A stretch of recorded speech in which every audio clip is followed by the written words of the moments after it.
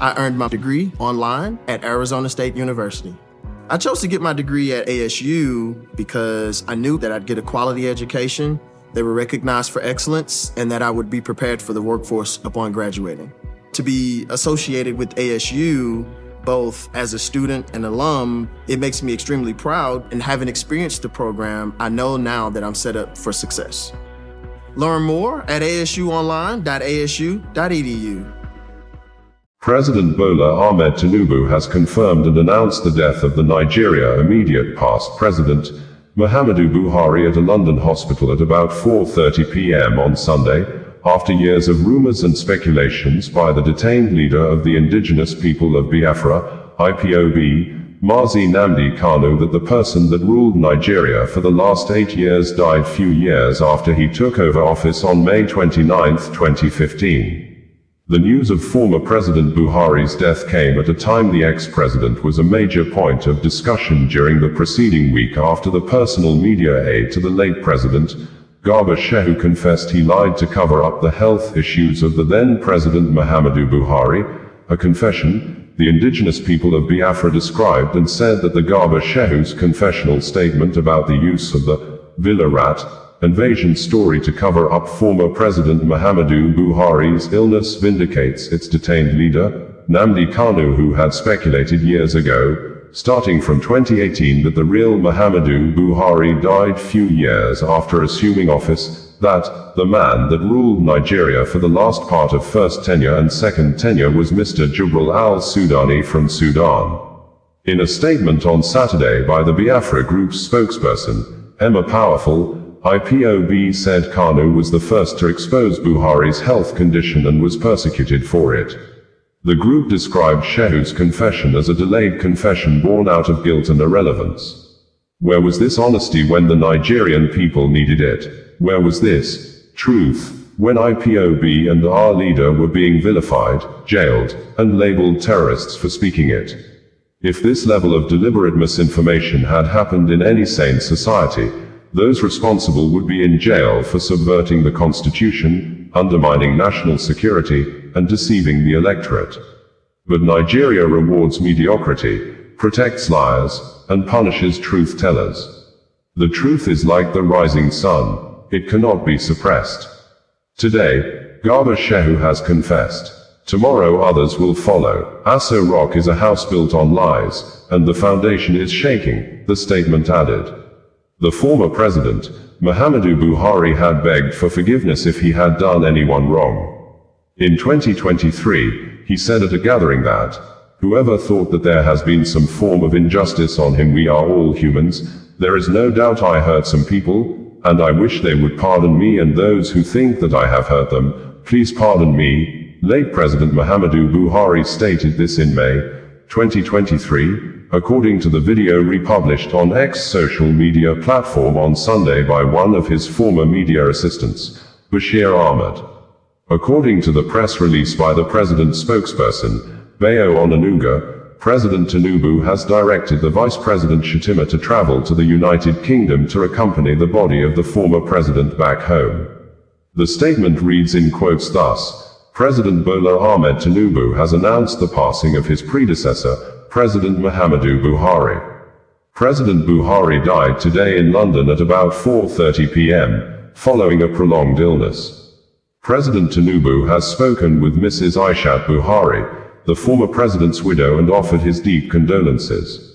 President Tinubu has also directed Vice President Kashim Shettima to proceed to the United Kingdom to accompany President Muhammadu Buhari's body back to Nigeria. Former President Buhari was twice elected Nigeria's president in 2015 and 2023. He also served as military head of state between January 1984 and August 1985. President Tinubu has ordered flags at half-staff as a mark of respect for the departed leader. Bayo Onanuga, special advisor to the president, Information and Strategy, stated this on Sunday, July 13, 2025. On a personal note, President Bola Ahmed Tinubu said, "It is with profound sorrow and a heavy heart that I received the news of the passing of His Excellency, Major General Muhammadu Buhari, retired, GCFR, my predecessor, who departed this life today, Sunday, July 13, 2025, at a hospital in the United Kingdom. President Buhari was to the very core, a patriot, a soldier, a statesman. His legacy of service and sacrifice endures. He served Nigeria with unwavering dedication, first as a military leader from January 1984 to August 1985, and later as a democratically elected president from 2015 to 2023. Duty, honor, and a deep commitment to the unity and progress of our nation defined his life. He stood firm through the most turbulent times, leading with quiet strength, profound integrity, and an unshakable belief in Nigeria's potential. He championed discipline in public service, confronted corruption head-on, and placed the country above personal interest at every turn.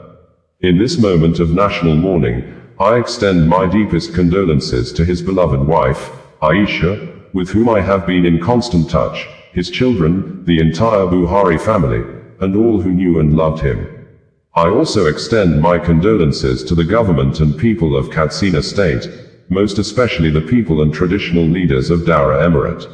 We honor his service, we reflect on his legacy, and we pray for the peaceful repose of his soul. As a mark of respect to our former leader, I have directed that all national flags fly at half-staff across the country for 7 days from today. I have also summoned an emergency Federal Executive Council session on Tuesday, dedicated to his honor. The federal government will accord President Buhari full state honors befitting his towering contributions to our country. May Allah forgive his shortcomings and grant him Al-Jannah Firdaus. And may his life continue to inspire generations of Nigerians to serve with courage, conviction, and selflessness. Bola Ahmed Tinubu, GCFR, President, Federal Republic of Nigeria stated this on Sunday, July 13, 2025.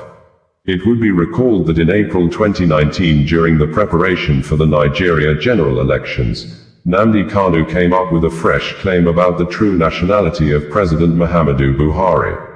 Kanu, in his broadcast from the United Kingdom, said that neither dead Muhammadu Buhari nor his replacement, Jubril al-Sudani, is qualified to contest for Nigeria's presidential election. Nnamdi Kanu argued that being born on Nigerian soil was not enough to qualify one as a Nigerian citizen by birth, unless the parents, grandparents of such person is also born in Nigeria. The IPOB leader said that Buhari's father, Hardo Adamu, was a nomadic Fulani trader, a duck seller, from Niger Republic and later became a bodyguard in the Emir of Daura's palace, which made him to settle in Daura, Katsina State, adding that he, Hardo, was born in Niger Republic, not Nigeria. Nnamdi Kanu vowed to continue his efforts to unmask Jubril Aminu al-Sudani, the Sudanese man who he had claimed is replaced the then President Buhari in the presidential villa. In a video he posted on social media to wish his followers a happy 2019, Kanu, who went missing in September 2017 and resurfaced in Israel in October 2018, said the worst days for the secessionist group were over and the 2019 promises to be appointed year of Biafra independence, and in the video, Kanu vowed to ensure that activities in Biafra land will be grounded during the presidential election. He said, "The unmasking of Jubril Aminu al-Sudani, the fake Nigerian president, will continue unabated. By the time we are done with him and his handlers, Lugard will become truly ashamed of what he created. I would like to see Nigerians participate in elections where one of the names on the ballot paper is a dead man. This shame and humiliation is one that will never leave Nigeria as it heads ingloriously towards self-destruction. We understand the enemy has announced yet another round of Fulani military invasion of our land in the name of Operation Python Dance, no doubt to help facilitate the rigging of elections for Jubril al-Sudani and the cronies of Fulani cabal across Nigeria. What I said previously still stand, and there is no going back. Chukwu Okike Abiyama is my witness that any reported shooting or killing of any Biafran by this Fulani Janjaweed army of Nigeria will be avenged," he said. In December 2019, then President Muhammadu Buhari personally spoke and said he's not the Jubril from Sudan, that he's the real Buhari Nigerians voted for. Whoever thought that there has been some form of injustice on him, we are all humans. There is no doubt I hurt some people and I wish they would pardon me. And those that think that I've hurt them so much, please pardon me. I thank you very much. Bringing you the news in a more digital way. Anambra State Command of the Nigeria Police Force has repelled the simultaneous sporadic heavy gun shooting in Oko and Ekwulobia, when two separate groups of unknown gunmen engaged men of the Oko Divisional Police Headquarters in the Orumba North local government area in an early morning gun battle, and another group took over the Ekwulobia flyover bridge in the Aguata local government area of the state on Wednesday, resulting in the death of two members of the public and set ablaze the patrol vehicle of Agunaechemba, the state special vigilante group, which, police said one of the attackers was killed during the deadly gun battle. And on Thursday, the police issued new updates, stating that an additional AK-47 rifle has been recovered from one of the fleeing assailants, while Biafra armed group, the Biafra Defense Forces, in a tweet on Thursday specifically denied any involvement in the mass shooting at Ekwulobia, stating, "Those impersonating them will one day run out of luck." According to the Biafra Defense Forces, the said incident that occurred yesterday at Ekwulobia is not in any way connected to Biafra Defense Forces, BRF, BNF, BLA, and BAF. Those impersonating BDF will one day run out of luck. Biafrans beware. Anambra State Police, in a new updates on Thursday, said that the police-led joint security force at Aguata recovered an additional AK-47 rifle with a fully loaded magazine in the late hours of the 9th of July 2025. The weapon is believed to have been abandoned by fleeing armed criminals following a sustained pursuit by security operatives.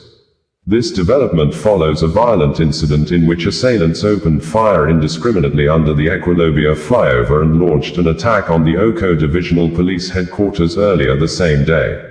The Anambra State Police Command acknowledges and appreciates the continued cooperation and support of residents within the affected communities.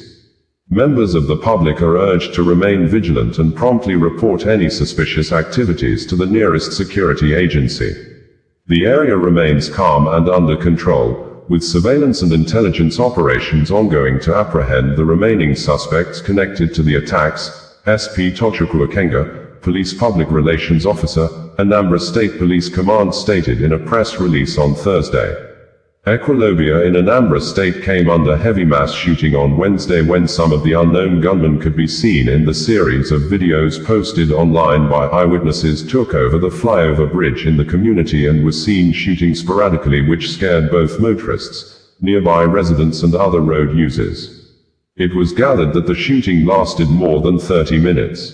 In some of the videos, a lifeless body was seen lying inside a commercial tricycle popularly known as keke, while another clip shows a man lying dead inside a shop with a pool of blood on the floor.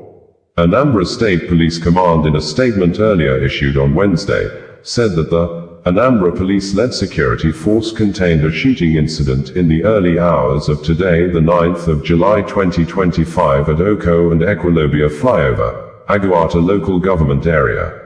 The team also demobilized one of the armed criminals, recovered one AK-47 rifle, one automatic pump-action gun and 4 vehicles at the scene as the operatives sustained the onslaught operations in the area.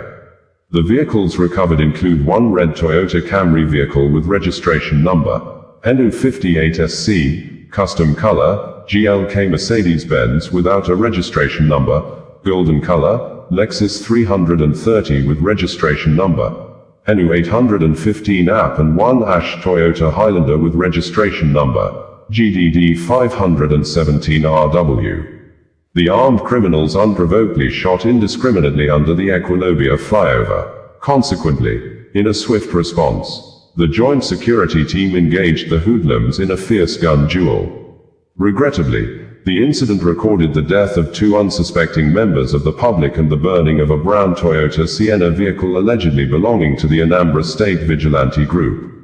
Meanwhile, the bodies of the deceased have been recovered and deposited in the morgue.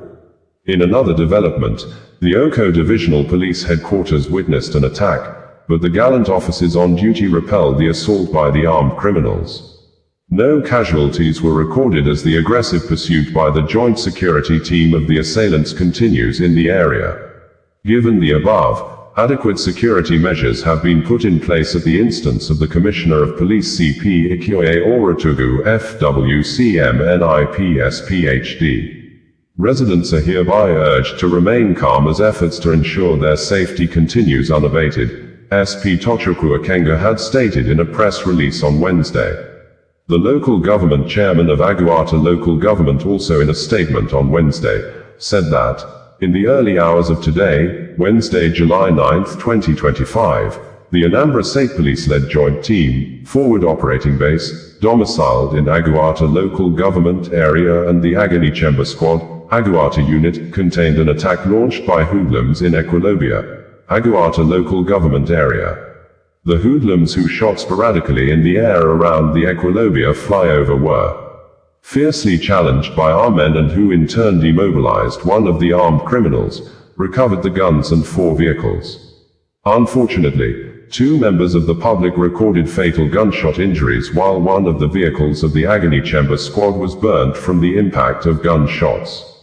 The ability of our security men to contain the attackers is a testament to the relentless efforts of the Governor Charles Chukwuma Soludo administration to equip the security system of the state, providing them with the capacity to secure Anambra State. On behalf of the good and law-abiding people of Aguata local government ARCA, I express my gratitude to Mr. Governor, Professor Charles Chukwuma Soludo CFR, for his commitment towards a secured Aguata local government area and indeed, Anambra State. Great thanks to our gallant men for the bravery and uncommon patriotism. I urge our people to go about the normal businesses within our communities in Aguata local government area as our security personnel are ever ready at all times. Together, we will build the livable society we envision. Remember, security is our collective responsibility. See something, say something, Chibuza Fobuike, the mayor of Aguata local government area stated. Bringing you the news in a more digital way. Kenya National Human Rights Commission, KNHRC, has confirmed that 31 persons have already been pronounced dead by medical doctors attending to protesters who were attacked on Monday by Kenya's security operatives and armed militias when thousands of Kenya residents came out to stage a mass protest to mark this year's 7th anniversary, an event known as Saba Saba Day that commemorates July 7, 1990, when Kenyans rose up to demand a return to multi-party democracy after years of autocratic rule by then-President Daniel Arap Moi. The united opposition leaders called on all Kenya citizens to declare President William's Ruto government as an illegitimate regime that is an enemy of the people, hostile to the people, killing the people by thus boycotting all government functions and activities and delegitimize the government's businesses and actions, insisting 2027 is too far for Kenyans to wait before ending the presidency of Ruto, and in a swift reaction, President William Ruto on Wednesday visited Dagoretti northern side of Nairobi to inspect the construction of 540 housing units project at Kilimani police station, and during the visit, the president addressed the nation and declared those are apparent protesters who attacked fellow Kenyans, police officers, security installations and businesses as terrorists, stressing, such acts are a declaration of war and he will never allow retrogressive elements who want to rise to power through shortcuts succeed. Opposition leaders on Tuesday accused the government of deploying unmarked police vehicles to transport armed gangs to perceived opposition strongholds during the protests. They called for a national boycott of all businesses affiliated with President Ruto's administration, accusing his government of deploying state-sponsored violence and extrajudicial killings on Kenyans. This regime is hostile. It cannot be reasoned with. It must be resisted. We will not rest. We will not retreat. We will not surrender, the opposition said in a joint statement. Jeffrey Rigathi Gachagua, one of the opposition leaders and former deputy president of Kenya, said, on the 7th of July 2025, the 35th anniversary of Saba Saba, Kenyans took to the streets to protest. Unknown to the peaceful protesters, the tired regime of William Ruto had a well-organized, state-sponsored militia working in cohort with the police to maim, kill, destroy property, and blame it on the Kikuyu community. President Ruto's ICC cases are still ongoing and were paused after witnesses disappeared. It is clear that history is repeating itself. Ruto is hellbent on finishing his unfinished business with the Mount Kenya region. To President Ruto, I say this with a lot of humility. Please stop being angry. The people of Kenya are far more angry than you are. If you truly want this to end, then restore the dignity of the payslip. When the middle class can breathe, they will create jobs for our young people. Stop the abductions, stop the extrajudicial killings. And if you want this to end, disband the killer squad. According to the Kenya National Human Rights Commission, KNHC, the Commission is still actively monitoring and following up on all reports and incidences related to the 7th of July 2025 Saba demonstrations across the country. Below is a general update of the human rights violations documented by KNCHR as of today, the 8th of July 2025 at 1900 hours. Deaths, 31. Injuries, 107. Enforced disappearances, 2. Arrests, 532. Destruction of property, value unknown. The KNCHR strongly condemns all human rights violations and urge accountability from all responsible parties including police, civilians and all other stakeholders. We once again send our message of condolence to those who lost their loved ones and wish a quick recovery to those nursing injuries. The KNCHR calls upon anyone with information and human rights concerns relating to the demonstrations to share it through SMS 22359, email complaint@knchr.org and toll-free line 0800720627, stated as signed by Dr.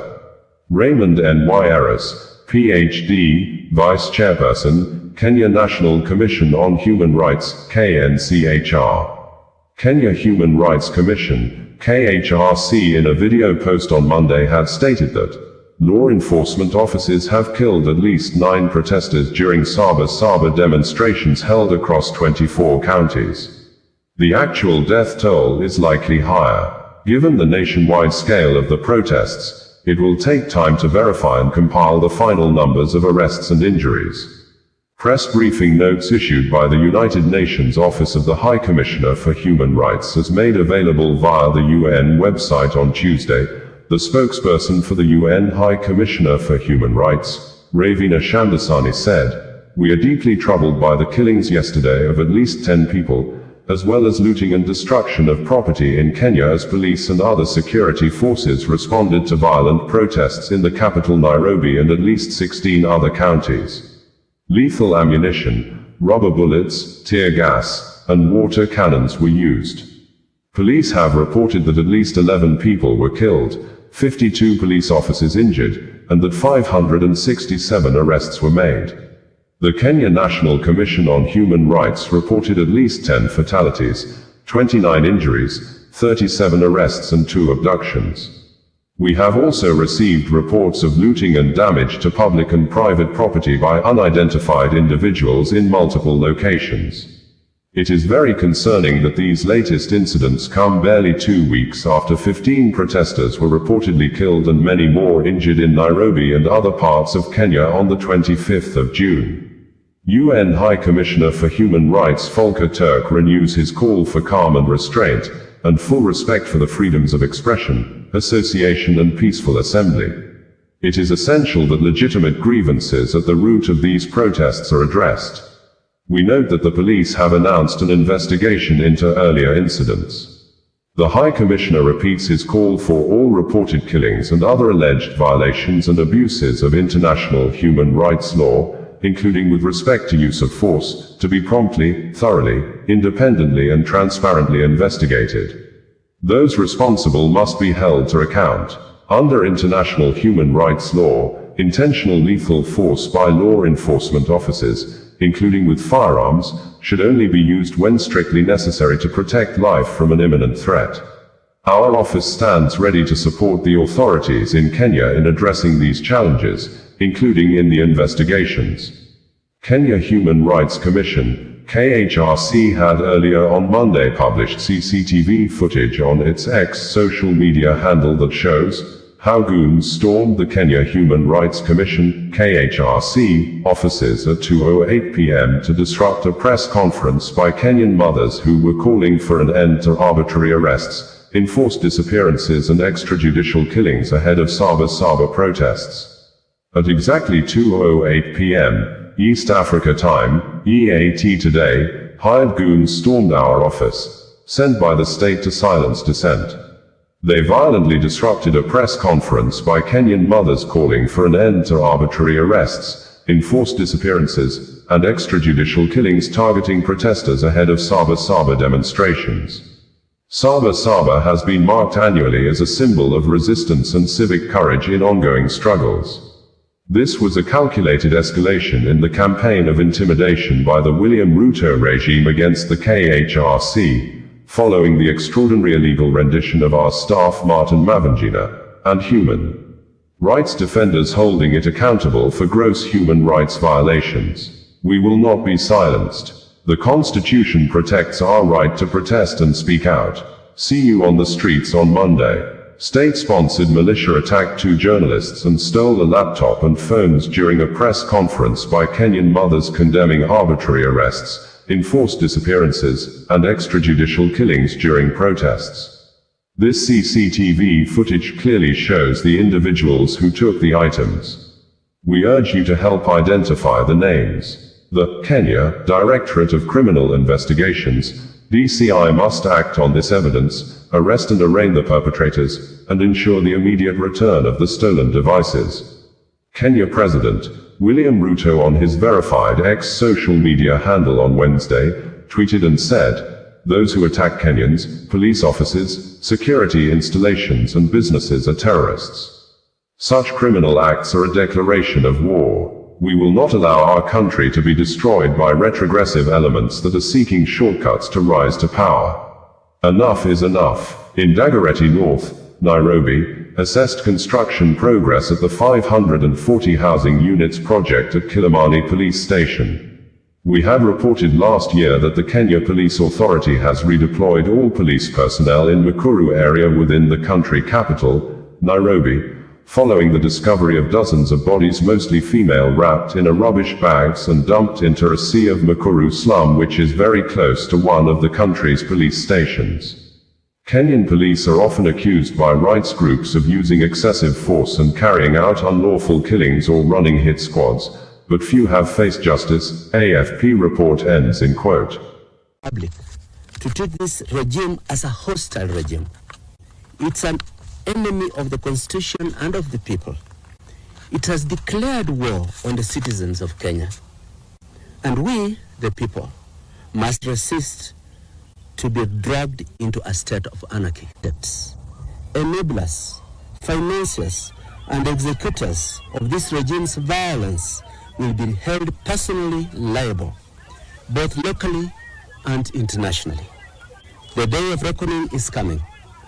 No badge, no title, and no political alliance will shield you from justice. This regime is now hostile. It cannot be reasoned with. It must be resisted. We will not rest. We will not retreat.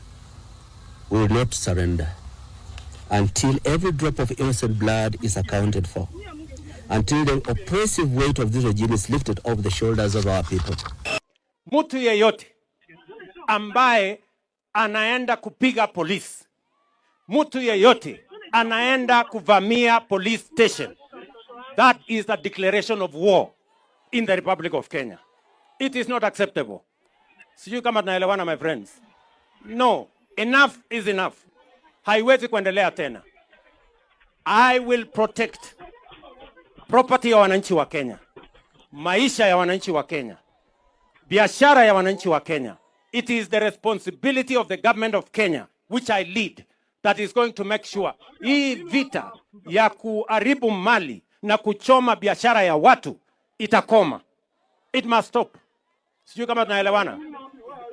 And we are going to use whatever means that is available to make sure that we stabilize the country. We cannot accept mayhem and anarchy to destroy the development we have in. Posters who are connected, bringing you the news in a more digital way. 3 Israeli citizens, Liran Yakovov, Natanel Aviv and Ozchai Raham, have been convicted for stealing properties belonging to victims of the October 7, 2023 massacre when groups of Hamas fighters invaded the Nova Music Festival near Kibbutz Be'eri, barely 5 kilometers away from Gaza, with over 4,400 fun seekers at the music party and killed more than 360 persons at the music festival, which led to the state of Israel waging wars in Hamas-controlled Gaza, Hezbollah-controlled Lebanon, Iran under Ayatollah Khamenei supreme leadership, and recently in Houthis-controlled Yemen.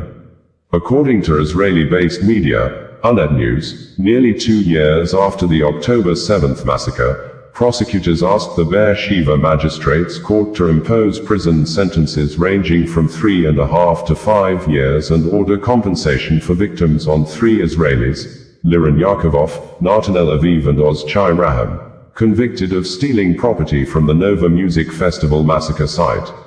The defendants roamed among bodies and burned cars, grabbing whatever they could, prosecutor Tehla Needham said during Monday's sentencing arguments. She noted that some stolen items belonged to innocent civilians who fled for their lives or were murdered during the attack, adding, "They desecrated the dignity of the murdered, with bodies still lying in the area. Their actions violate the most basic societal norms." The prosecution also requested a fine of 80,000 shekels, $21,000, for the defendants. Anyone seeking to rob helpless citizens will not only lose out but pay double, Needham said. The defense disputed her claims, interrupting to argue that the accusation of looting near bodies wasn't in the indictment, saying they were near bodies or burned corpses, when it's not in the charges, is an attempt to mislead the court, a defense attorney contended, adding that the proposed punishment was disproportionate. The act was disgraceful, but not severe enough to justify such a penalty, the defense said.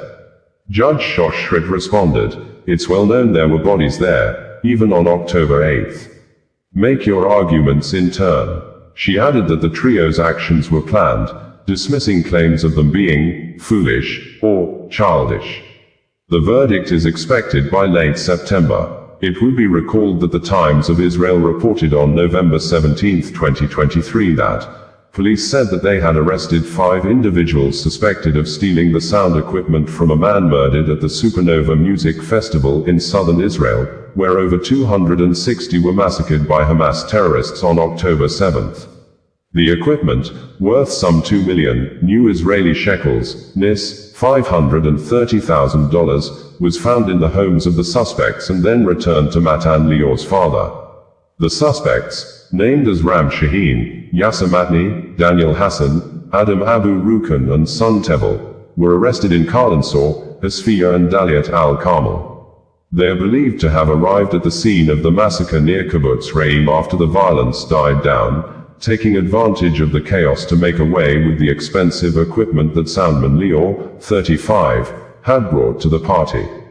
Police said that an indictment would be filed against the suspects, along with a request to confiscate equipment worth this $185,000, $50,000, allegedly used by the suspects to carry out the crime.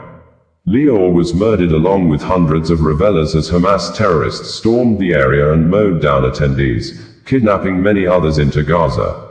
Ofer, his father, said that police returned his son's wallet and ID card, which were also stolen, and added that the thieves had personally known his son.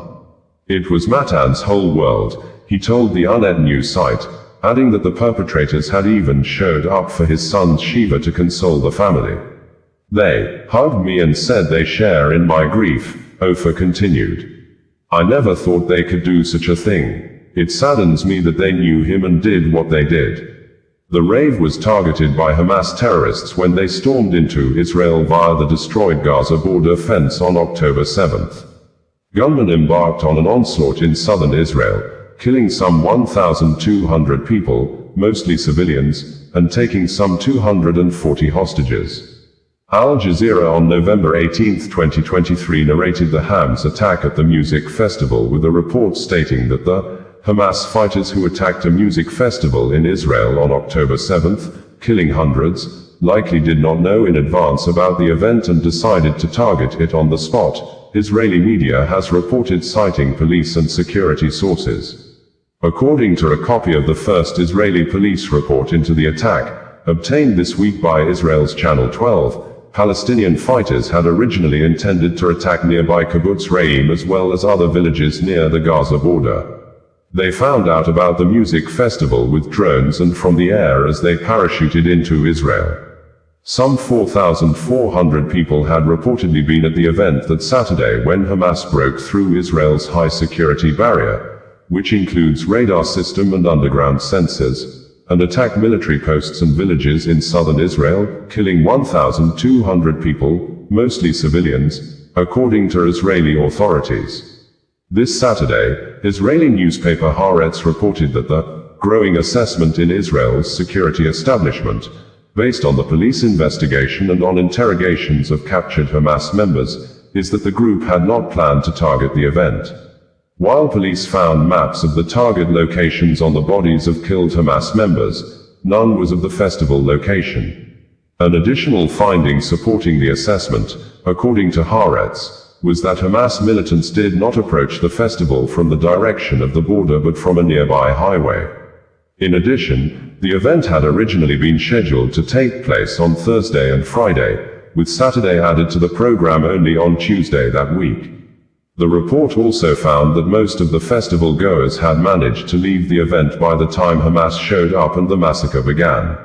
The large majority of people who were at the event managed to flee following the decision to disperse the event made 4 minutes after the rocket attack, according to a senior police source quoted by Haaretz. The police investigation also found that an Israeli military helicopter opened fire on the assailants but also hit some people attending the festival. No further details were provided, Haaretz reported. An investigation into the incident revealed an Israeli military combat helicopter that arrived at the scene from the Ramat David base fired at the terrorists and apparently also hit some of the revelers there, the news report cited an unnamed police official as saying.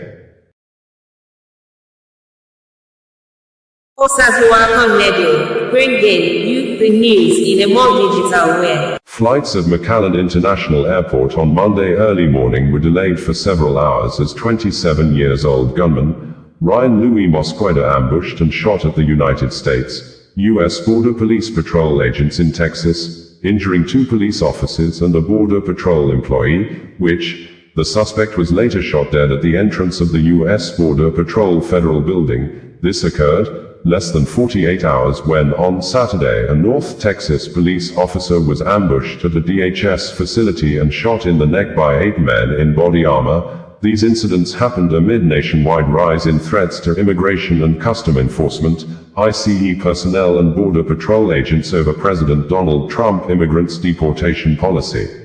Local media reported that the federal agents returned fire at the suspect, identified as Ryan Louis Mosqueda, who was armed with a rifle and wearing a utility vest.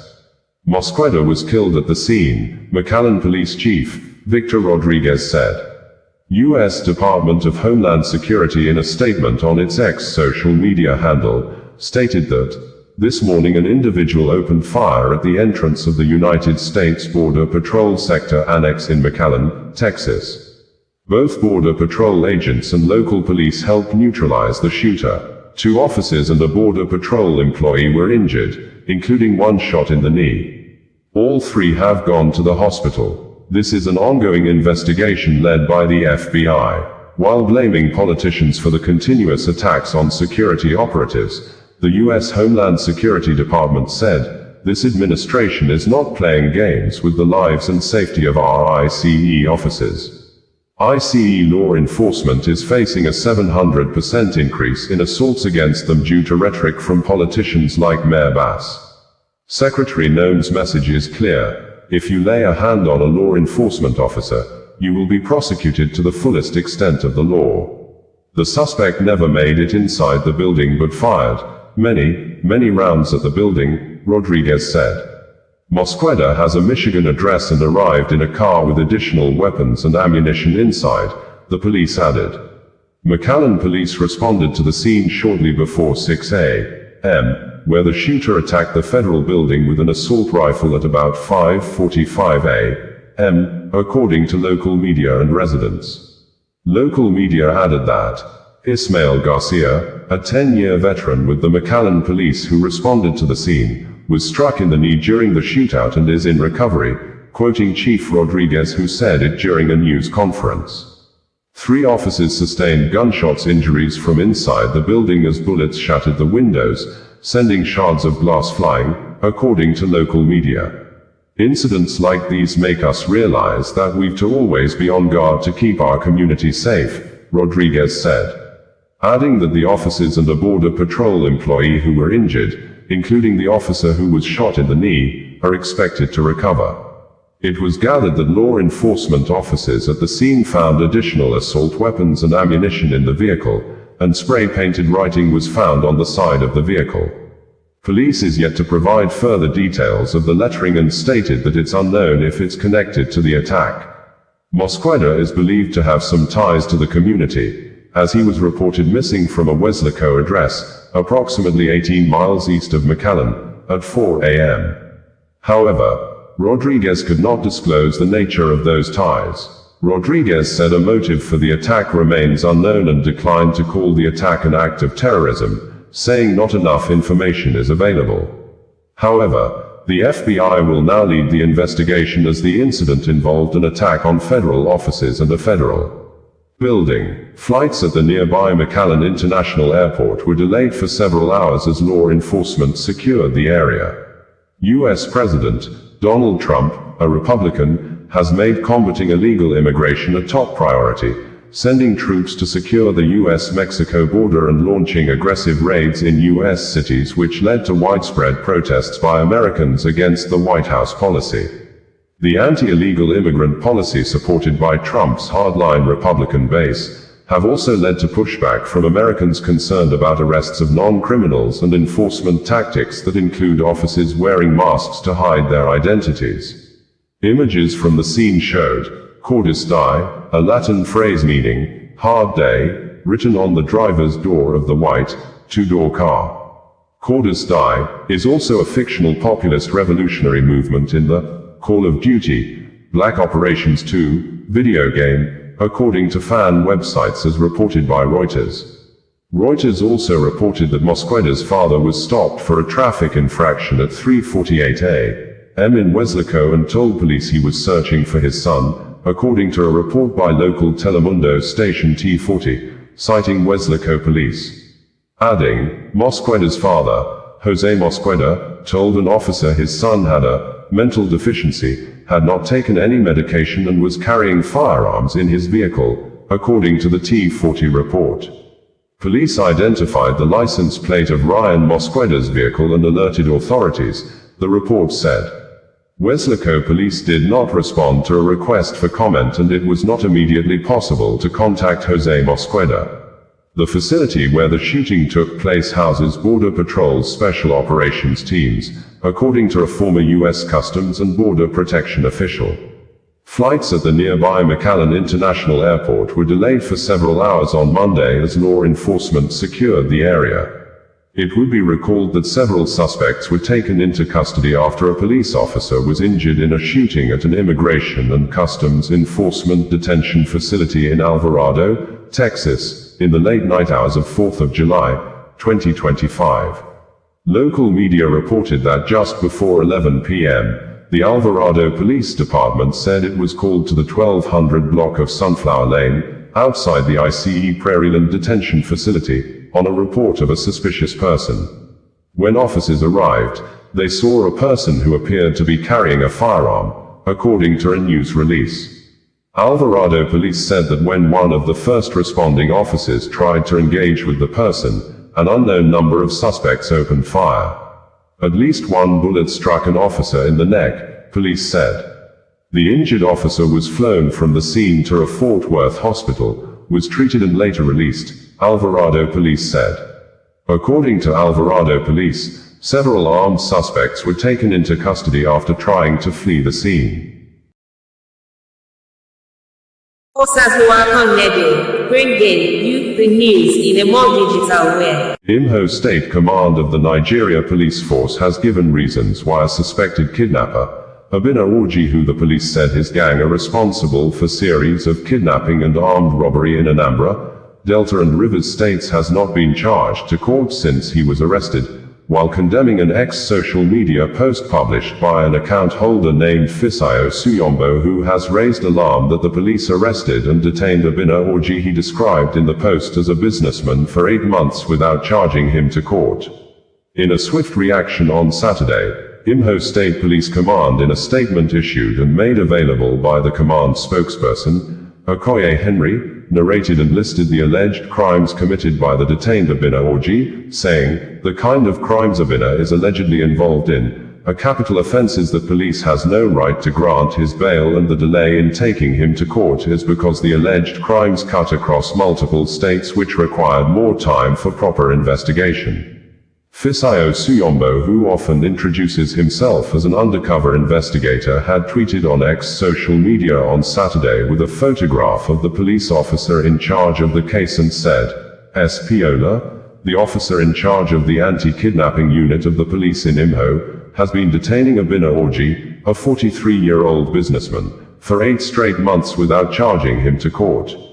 SP Ola says nobody, not even the IGP, can compel him to act otherwise. And the police replied and said, "The Imho State Police Command is aware of a recent misleading publication on the social media platform X, authored by Mr. Fisayo Suyombo, alleging the unlawful detention of one Mr. Abina Orji by the officer in charge of the anti-kidnapping unit, CSP Olademeji Odiyewa. To set the record straight, Mr. Abina Orji is a key suspect in multiple high-profile cases of kidnapping and armed robbery. He is an ex-convict previously remanded at the Okigwe Correctional Center, 2017-2019, over conspiracy and armed robbery charges. His most recent arrest was based on credible intelligence, linking him to a criminal syndicate involved in trafficking stolen vehicles acquired through violent crimes. Consequently, Abina Orji and his syndicate ran out of luck when they kidnapped Chief Ekena Okafor on the 15th of November 2024 and dispossessed him of his Toyota Highlander SUV, a gold necklace, and other valuables worth over 20 million nairas, after which a ransom of 10 million nairas was paid. Swift tactical operations by the anti-kidnapping unit led to the arrest of 2 suspects, Chidozie Chukwu and Uchenna Chukwu, whose confessions subsequently led to the arrest of Abina Orji, identified as a key figure in the kidnapping operation. During interrogation, Mr. Orji voluntarily confessed to receiving and selling vehicles obtained through armed robbery and kidnapping. His confessional statements significantly advanced ongoing investigations and led to the recovery of several stolen vehicles across Imho, Anambra, Delta, and Rivers states. These include a black Toyota Highlander, another Toyota Highlander with a Bonyi registration, a black Range Rover Sport, 4 minibuses, and a Toyota Camry, Spider model. Further investigations led to the arrest of 9 other syndicate members and the recovery of an AK-47 rifle, 2 pump-action guns, over 40 rounds of ammunition, and other incriminating items, confirming the group's involvement in organized violent crime. While it is true that Mr.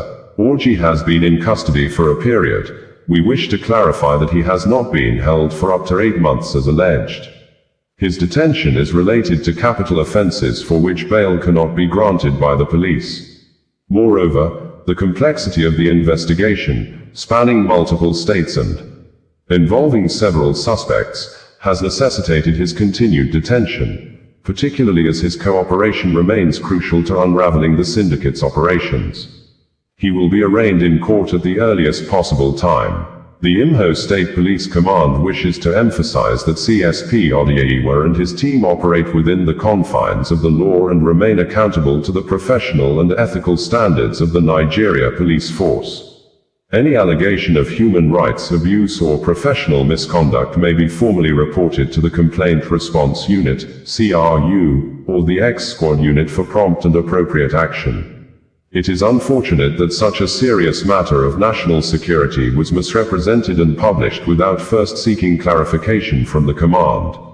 Issues of this magnitude demand responsible and professional reporting, not sensationalism. The Imho State Police Command remains unwavering in its commitment to transparency, the protection of human rights, and the enforcement of the rule of law. We call on the public to disregard any misleading narratives and continue to support our ongoing efforts to make Imho State safer for all, the police stated. Bringing you the news in a more digital way. Bringing you the news in a more digital way.